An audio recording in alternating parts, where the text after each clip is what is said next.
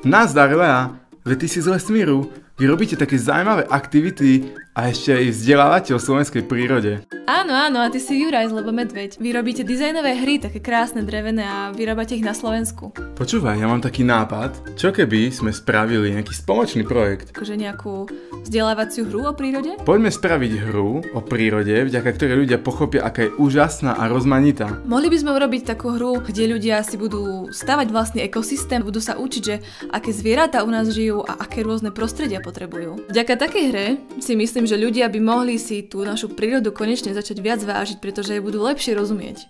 Super, poďme do toho. Hneď dnes večer. Máš čas? Mám.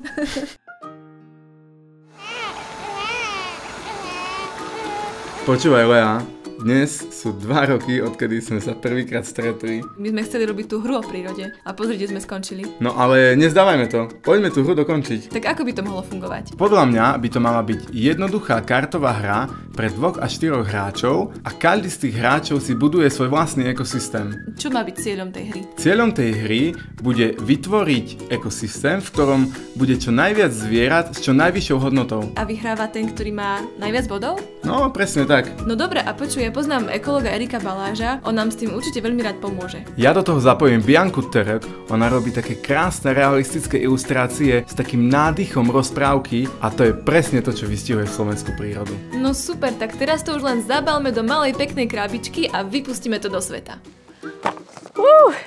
Zvládli sme to a hru BioDio sme naozaj dokončili. No ani sme si nestihli ďalšie dieťa urobiť. Či? A počúvaj, kedy je termín? No termín je na konci septembra, čo je ale úplne super, pretože akurát stiehame spustiť crowdfundingovú kampaň, kde nás môžete podporiť, objednať si BioDio a stihne vám to prísť do Vianoc, čiže môžete ju darovať ako vianočný darček.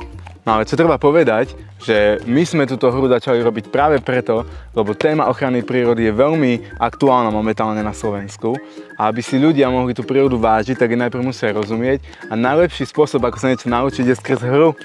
Počas 2 rokov, kedy sme tvorili hru BioDio, tak sme do toho dali naozaj všetko. Áno. A veríme, že je to skvelá hra. Ale ak neveríte nám, tak možno uveríte im. Ahojte priatelia, tak ja nie som človek, ktorý by hrával spoločenské hry, ale niečo som skúsil a myslím si, že by ste to mali skúsiť aj vy. Je to hra BioDio a je to hra, ktorá vlastne skladá lesný ekosystém veľmi zábavnou formou. Tým, ako ju hráte, tak sa dokážete dozvedieť veľa vecí o tom, ako funguje les. A musím povedať, že je to asi jedna z najlepších hier pre 2 osoby, ktoré som kedy hrala. Veľmi sa mi páči, že pomocou tých kariet, že to nie je len taká nudná hra, že sa niečo vyhadzuje, ale že sa tam tvorí tá herná plocha. A vyhrala som, takže... Tak mne sa najviac na tej hre páčila práve tá mechanika, že som musela premýšľať nad tým, čo s čím súvisí. Ktorý živočích čo potrebuje pre svoj život.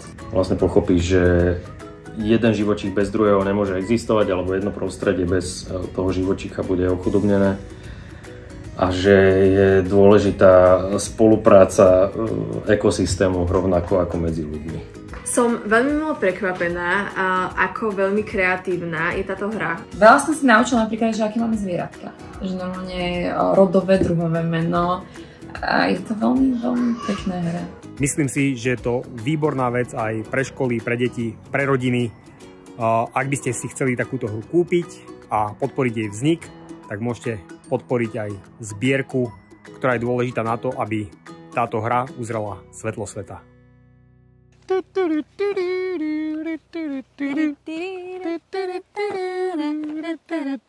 Hey!